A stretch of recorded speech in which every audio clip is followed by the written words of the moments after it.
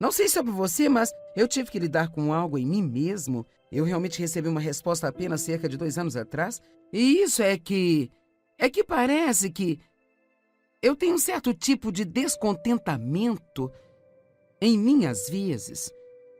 Não importa o que eu tenha ou o que eu esteja fazendo, não importa o quão boa a vida seja, ainda existe um tipo de... Isto é, tem algo mais que eu quero e nem mesmo eu sei realmente o que é. Sabe, Paulo disse, aprendi a me contentar com todas as coisas, então fiquei um pouco frustrada comigo, porque eu pensei, eu não deveria sentir-me assim. Eu tenho uma ótima vida, uma ótima família, pessoas que me amam, uma casa agradável. Por que eu me sentiria assim? Bem, a resposta está na Bíblia. Em Eclesiastes 3:11, ele fez tudo apropriado no seu tempo. E ele plantou a eternidade nos corações e nas mentes dos homens. Um sentido divinamente plantado de um propósito que trabalha ao longo das eras, em que nada, exceto Deus, pode realmente satisfazer. Isso não é lindo? Então, em outras palavras, sendo muito sincera, ter um carro novo nunca vai nos satisfazer totalmente. Ter o emprego dos nossos sonhos nunca vai nos satisfazer totalmente. Casar-se com o homem mais bonito do planeta não deve nos satisfazer totalmente. Porque há algo no fundo dos nossos corações que sabemos que nós ainda não podemos ter aqui. E isto é ver Jesus face a face e viver em sua presença. Amém? Então eu estaria mais preocupada com você se você dissesse, cara, eu estou totalmente satisfeito aqui. Amo a terra, amo o mundo, amo as minhas coisas. Eu estaria mais preocupada se você me dissesse isso do que se você dissesse, Joyce, eu tenho uma ótima vida, Deus foi tão bom para comigo, mas ainda assim é uma pequena coisinha, sabe? Que sinto que estou perdendo. Alguém se sente assim? Você se pergunta, por que é que não importa o que eu tenha, não pode me satisfazer por muito tempo? Mas veja você, o que o inimigo mantém na frente das pessoas, isso acontece com os crentes, mas realmente acontece também com os incrédulos, é que se elas são infelizes, elas pensam apenas mais essa coisa. Se eles conseguirem mais uma coisa, então ficarão felizes. Mas eu quero que você me ouça em alto e bom som. Coisas, sucesso, fama, fortuna, eles não têm, nunca terão a capacidade de mantê-lo feliz a longo prazo. Porque eles não fazem nada pelo nosso espírito. Eles podem deixar a minha carne animada. Quero dizer, eu posso ver algo novo, uma roupa nova, e é como, eu posso sentir arrepios, ficar entusiasmada como qualquer mulher. Mas quer saber, isso vai se desgastar. E na realidade, a verdade é que, agora escute, tudo que compramos e trazemos para casa, e isto já está em processo de decadência quando você traz para sua casa. E não tem vida real nisso. Não tem vida real nisso. A vida vem de Deus e somente dele. Ele é a vida e nele está a vida que precisamos. E se você acha que as coisas não se desgastam, basta ir a um bom ferro velho. Eu já fiz isso. Sente-se, estacione seu carro, olhe para um ferro velho e diga para você, isso foi o sonho de alguém em algum momento. Alguém pode ter perdido a sua família por isso. Alguém pode ter perdido a sua salvação por isso. As coisas não são nem de longe o que o inimigo quer que pensemos que elas são. Então, há uma outra escritura em Filipenses 3:20, nós somos cidadãos do Estado e da comunidade da pátria que é o céu. E também esperamos ansiosamente, com paciência, pela vinda do Senhor Jesus Cristo, que é nosso Salvador.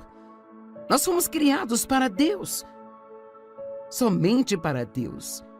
E nada em todo este mundo pode nos satisfazer totalmente, exceto Ele. Agora, bem, qual a nossa atitude em relação às coisas materiais? Sabe, as coisas... Agora eu sei que estou falando com muitas pessoas, se você deixou a TV ligada para ouvir esta mensagem aqui, eu estou falando com muitas pessoas que estão deixando as coisas te manterem longe de Deus. E para ser sincera, tem muitos crentes me ouvindo, pessoas que aceitaram a Cristo como seu Salvador. Você nasceu de novo, mas você está muito ocupado perseguindo coisas ou promoções no trabalho, ou mais disso, ou mais daquilo. Muito ocupado para dar a Deus o tempo que Ele realmente merece. Porque a Bíblia diz que Ele deve ser o primeiro em todas as coisas. Eu estava olhando para 1 João 5,21 ontem, onde diz que nós devemos nos manter longe dos ídolos. Nós não devemos deixar qualquer outra coisa chegar à frente de Deus. Isso é algo que todos nós devemos nos lembrar ou talvez até mesmo trabalhar um pouco nisso. As pessoas me perguntam frequentemente como você mantém em ordem suas prioridades com tudo que você tem a fazer. Sabe que finalmente recebi a ótima resposta de Deus. Eu não as mantenho em ordem, eu as estou ordenando. Em outras palavras, nós temos que fazer ajustes muito consistentes, sabe? E então, para que eu possa, se eu ficar infeliz...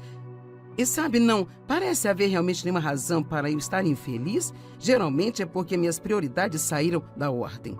Se eu me encontrar exausta o tempo inteiro e se eu me encontrar reclamando o tempo todo... Quando nos ouvimos reclamando o tempo todo como crentes em Jesus Cristo, precisamos nos perguntar qual é a raiz desse problema. E muitas vezes a raiz do problema não é que nós precisamos de mais uma coisa.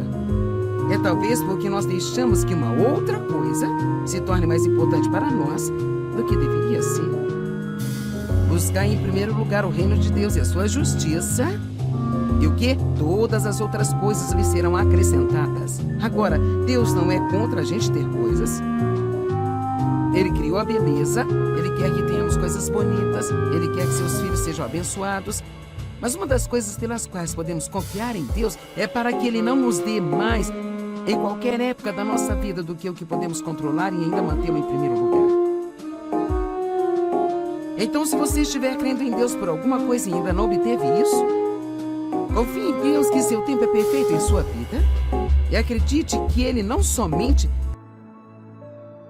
nos observa em nossas vidas, mas Ele sabe o que podemos lidar e com o que não podemos lidar, e graças a Deus Ele não vai nos dar mais do que podemos lidar. E eu aprendi a orar, eu não oro, Deus, dê-me isso, dê-me aquilo, dê-me outra coisa. Eu oro, Deus, isso é o que eu gostaria de ter, mas por favor, não me dê mais do que eu poderia lidar e ainda mantê-lo em primeiro lugar. Veja, eu amo isso porque eu não quero que nada venha antes de Deus. E sabe por que não? Porque esta não é a minha casa, afinal. Eu vou encarar Deus face a face e eu não gostaria de me vergonhar porque eu deixei todas as coisas aqui ser mais importante para mim do que Ele. Amém? Eu não acho que Deus se importa com o quanto nós temos, desde que possamos mantê-lo em primeiro. Eu falo sério. Acho que qualquer um que possa manter Deus em primeiro lugar em sua vida pode se surpreender. Deus, como dizemos, vai te abençoar de maneira sobrenatural. Lucas 12:15. E Ele lhes disse, tenham cuidado. Aqui estamos trabalhando novamente. Tenham cuidado e fiquem atentos contra todo tipo de ganância. O desejo imoderado de riquezas e os anseios gananciosos de ter mais. Porque a vida de um homem não consiste e não é derivada de possuir excessiva abundância ou que está acima de suas necessidades. Essa escritura não está dizendo que é errado ter, não a interprete mal, mas ele diz, sua vida não consiste nisso. Você pode passar sem isso? Vejamos, temos que aprender que existem coisas que podemos ficar sem elas, mas a única coisa que não podemos ficar sem é um relacionamento rico, maravilhoso e satisfatório com Deus em nossas vidas. Você pode passar sem aquela casa nova que você quer e estar tão feliz porque você ainda não conseguiu, sabe? Mas você não pode passar sem Deus. Então vamos mantê-lo em primeiro? Uma escritura que muitas vezes é mal interpretada é 1 Timóteo 6:10. Porque o amor ao dinheiro é a raiz de todo o mal. Não está dizendo aqui que o dinheiro é a raiz de todo o mal. O dinheiro não é mal. Nós precisamos de dinheiro para viver nesta terra, dinheiro para pagar as contas. E para ser sincera, não podemos ser uma bênção para os pobres ou outras pessoas se não tivermos dinheiro para fazê-lo. Deus quer nossas necessidades supridas, Ele quer que possamos ter abundância em tudo que temos, desde que possamos lidar com ela de maneira fiel. Isso significa que precisamos perceber que não somos donos de nada, somos apenas administradores das coisas. Amém? Nós não possuímos nada. Não é meu isso, meu aquilo, minha outra coisa. Eu teria absolutamente zero e nada mais, a não ser que Deus graciosamente tenha me dado alguma coisa. Mas Ele está nos dando como administradores para cuidar disso até que Ele nos chame para casa. A Bíblia nos diz claramente: não ame o mundo, nem as coisas que estão no mundo, pois tudo que há no mundo, os anseios da carne, os desejos sensuais, tudo pertence à terra. Essas coisas, elas não vêm do Pai, mas elas vêm do mundo em si. Sabe, Jesus está vindo em breve. Eu quero deixar você com esse pensamento hoje, mas eu não quero deixá-lo da maneira que eu encontrei, se você não está no relacionamento correto com Deus.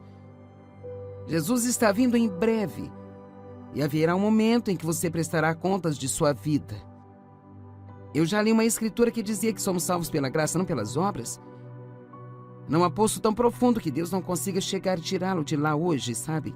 Ele ama você, Ele está desejando um relacionamento com você.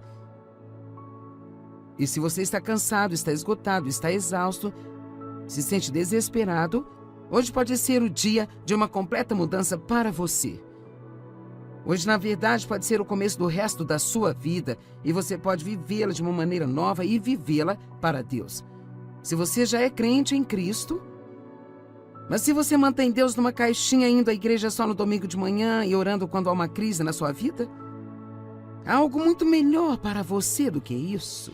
Então tome a decisão de que você vai viver como se cresce, que vai estar diante de Deus algum dia prestando contas da sua vida. Então, se você quer receber Cristo como seu Salvador, se você está sendo sincero, faça esta simples oração comigo. Vou orar uma linha, você ora após mim. Pai, eu amo você. Jesus, eu acredito que você é o Filho de Deus. Você é o próprio Deus. Você morreu por mim. Você pagou pelo meu pecado. Você morreu e ressuscitou. Agora eu me entrego a você. Me aceite do jeito que eu sou. E então faça de mim aquilo que você quer que eu seja. Eu realmente quero ser um cristão. Então hoje é o primeiro dia do resto da minha vida. Amém.